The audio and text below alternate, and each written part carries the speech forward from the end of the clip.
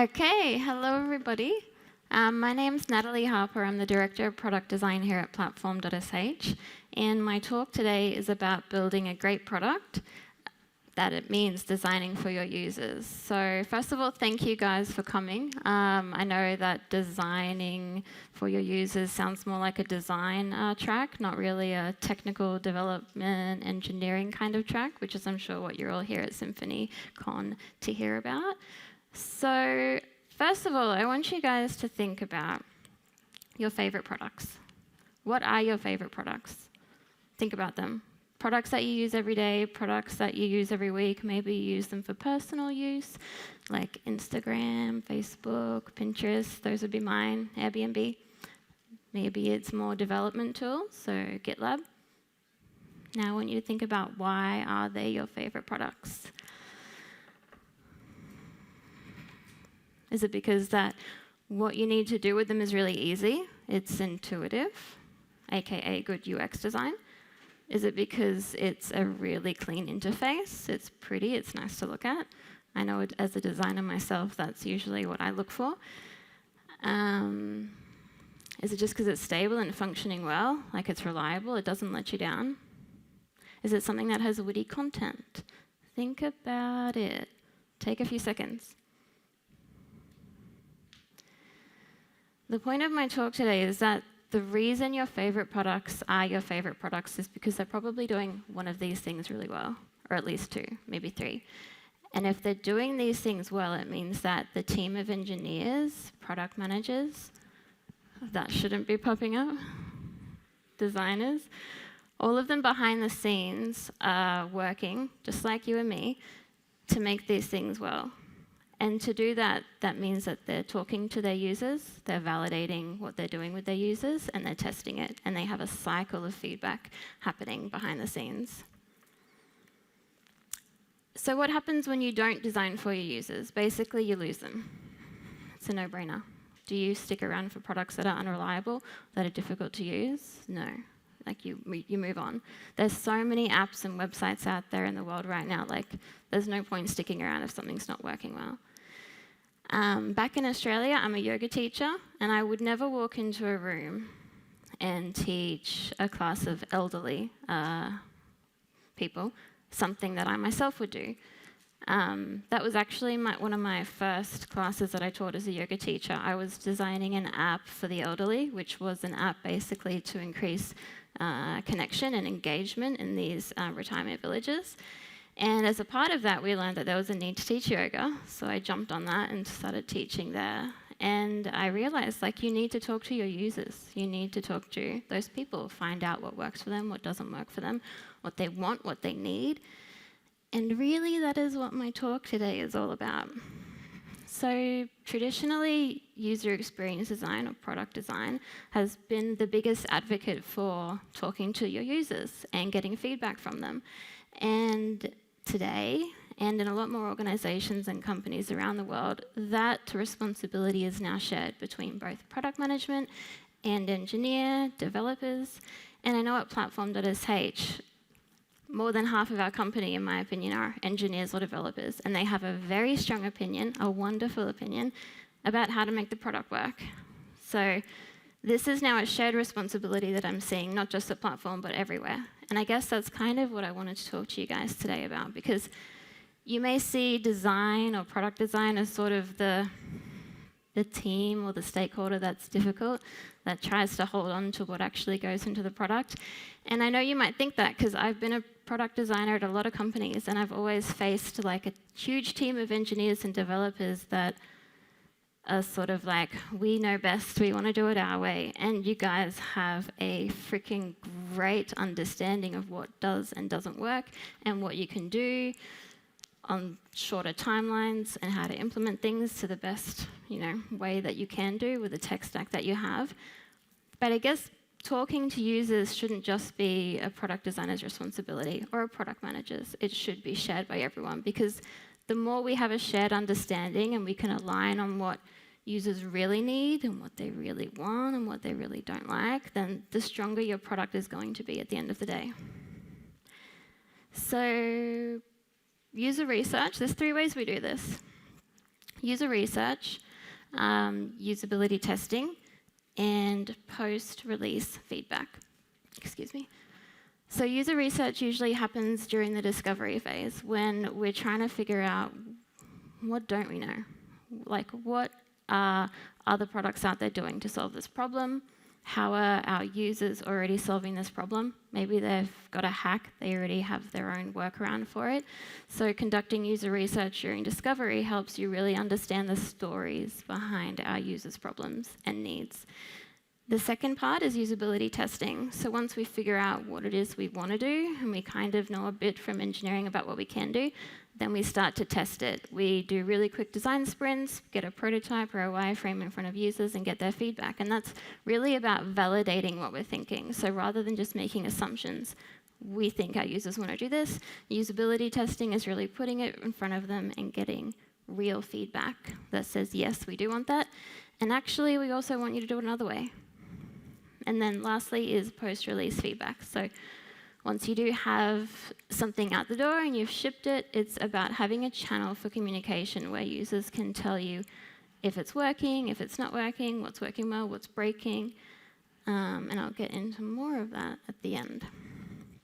So user research, there's a couple of ways you can do this, qualitative and quantitative. So quantitative, wonderful, analytical, statistical, based in facts. It's data insights, but it only gets you so far. During qualitative research, so usually through one-on-one interviews is a big thing that we do here at Platform, which can be done through one-on-one interviews, hallway testing, surveys, field studies, card sorting. There's a lot of different methods out there, but it's basically about understanding more what people think.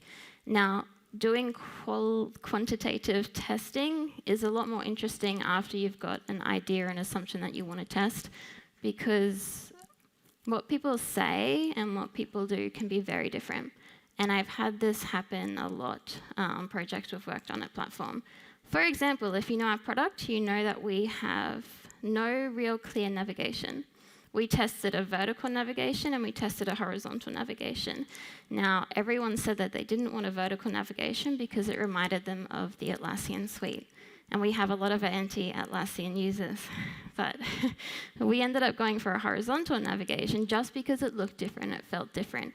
But the problem is that it doesn't scale, and we will be changing our navigation in the future. So users had no problem actually using the vertical navigation bar. They knew exactly where to go. There's a lot of products out there that do UX like that.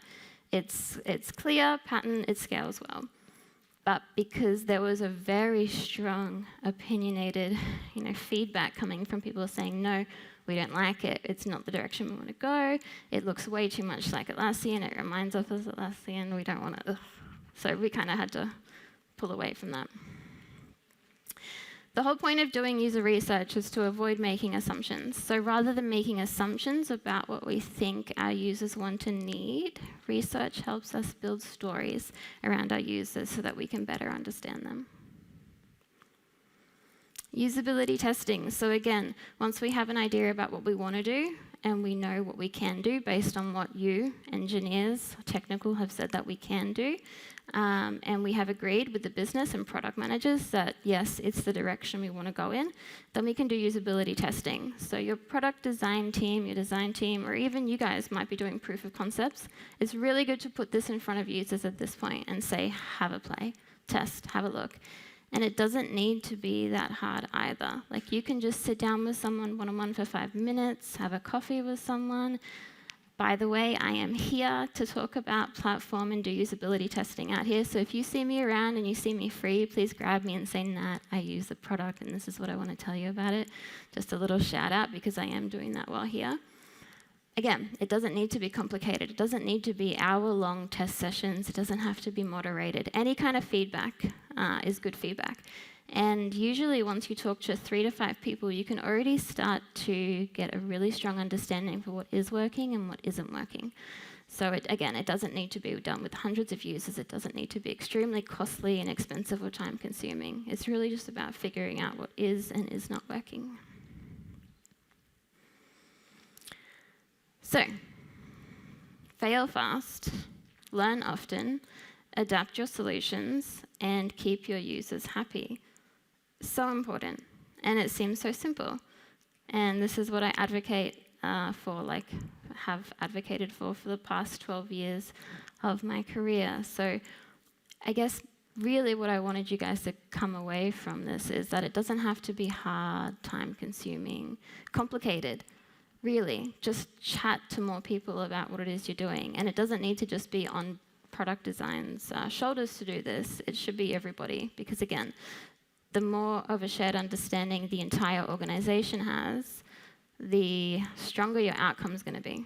And if we can all align, there's going to be less friction, and we're going to get to the stronger solution in the soonest amount of time.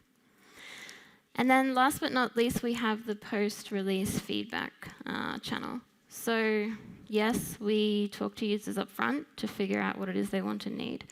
We talk to them in the middle once we have an idea about what we can do, and we test with them to get feedback to see if it is actually what they want. But then when we release something, and I know in agencies we kind of build something really quickly and we ship it, and then we move on to the next project. But when you're working with a company and you've got that, I guess, longevity with them, where you're really eager to see what is and isn't working, having these channels is just going to give you more insights, and really it's just about information gathering.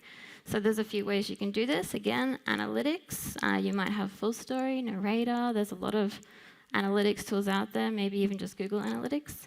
You can have A/B testing. I'm sure none of these things are new to you, but really it's the importance of having them. You could have surveys going out to your users via emails. You could have give us feedback, a little link in the product or on the website.